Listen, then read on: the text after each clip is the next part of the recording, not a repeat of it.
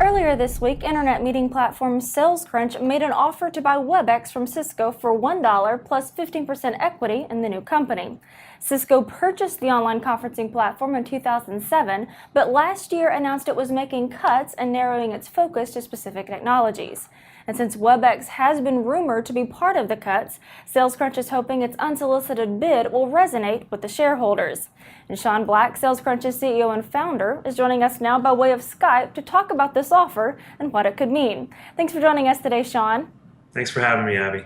You're very welcome. Well, first of all, why does SalesCrunch want WebEx? Look, WebEx is, as they, I think, said in response to our offer yesterday, it's sort of ubiquitous with online meetings. It's the first meeting platform of significance. Unfortunately, the double-edged side of that coin is, or the other side of that coin is that their technology is literally as old as the internet itself. And so the reason we want it is because we have a significantly more advanced platform that more represents the way people do business today. And we can move their entire user base over to that platform pretty easily. So it's really the user base that we're interested in as opposed to the technology.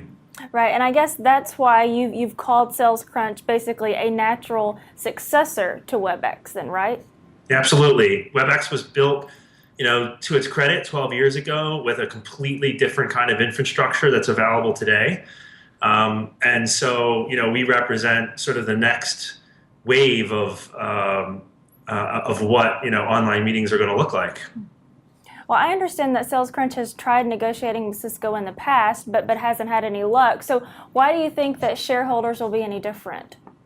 So look, I mean, we've talked to Cisco over, 6 months ago or so, but, there's been a huge outpouring from the shareholders for Cisco to get out of these businesses that aren't core to its routers and switches business.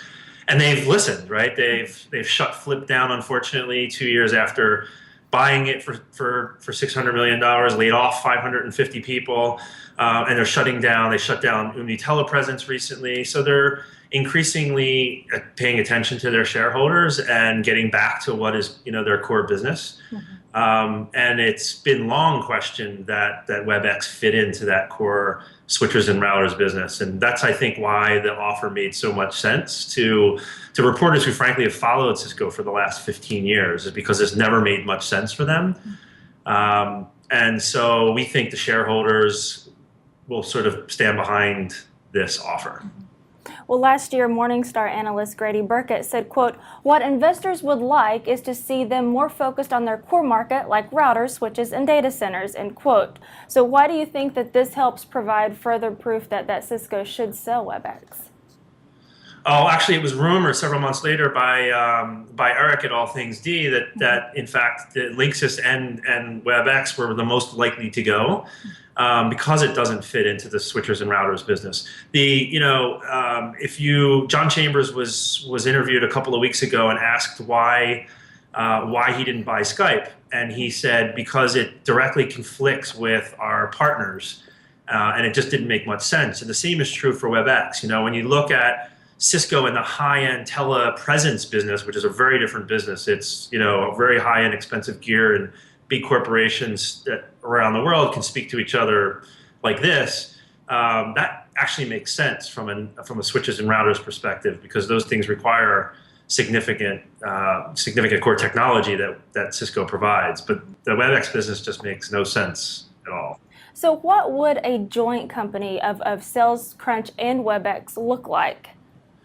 So I think you would have, the same next generation platform that we have today with total, social integration, LinkedIn profiles, and total browser base, so you don't need that software download. Increasingly, we're integrated with platforms you're ever to use, like Salesforce and Gmail. And I think the combined company probably looks like a skinnier version of the existing WebEx team. There's great engineers. They've known to have great engineers, and they're just constantly fixing a platform that that was built 12 years ago. So we think it makes sense to take both their engineering team and their sales team, put it behind our platform, and there's probably some redundancy there that can be taken out to create some cost efficiencies. But I think the new company looks like a great organizational structure behind a really great new next generation meeting platform. How would you see this move benefiting users? Well, I think there's there aren't many WebEx users. We have a considerable amount of our existing users came from WebEx. And there's a tremendous amount of frustration on their behalf from trying to download software, the customer or the person on the other side of the meeting not being able to get it through their firewall, the software freezing. So I think it just simply benefits them by bringing them into a platform which is more seamless so that the software is literally invisible, but also integrated with their everyday lives. So it's just a significantly better user experience. Very good. Well, in your opinion, what's the fate of WebEx if Cisco doesn't sell? One of two things. I think it either closes it the way it did with Flip, and it's a big company, so it can afford to take that kind of write-off. It's a like 1 quarter kind of write-off thing, which would be a shame, and it would lay off a lot more people. Or it just continues to go sideways and lose market share from up-and-comers like us. And I look at that scenario a lot like Polaroid, which I watched do the same thing back in 2000 when I lived in Boston and was going to grad school. Instead of just making the switch to digital, they just kind of bled the existing business dry, eventually sold it off in pieces, and the Polaroid name is now more commonly found on a television than on a camera, which is a true shame. Mm-hmm. Right. Well, have you gotten any type of reply or reaction from Cisco to this offer? We understand that there's conversations internally, and we're hoping to sort of jump into those in the next couple days. Mm-hmm. Well, you have received a lot of support, as you mentioned earlier, but what is your response to some of the skepticism that you've gotten from analysts regarding your offer?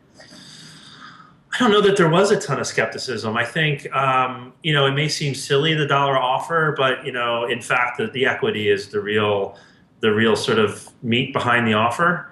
I think a lot of the reporters and analysts that we read were super supportive and said it makes sense. WebEx clearly doesn't want this business. They might as well take an equity stake in something that could have a significant upside.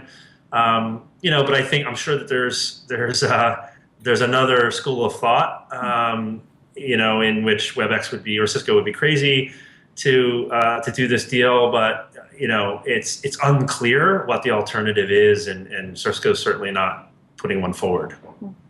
Right. Okay. Well, we'll see what happens. Thank you so much for talking with us today. Thank you, Abby. Great to be here. You're very welcome. Keep watching WebPro News for the very latest developments with this offer. I'm Abby Johnson with this report.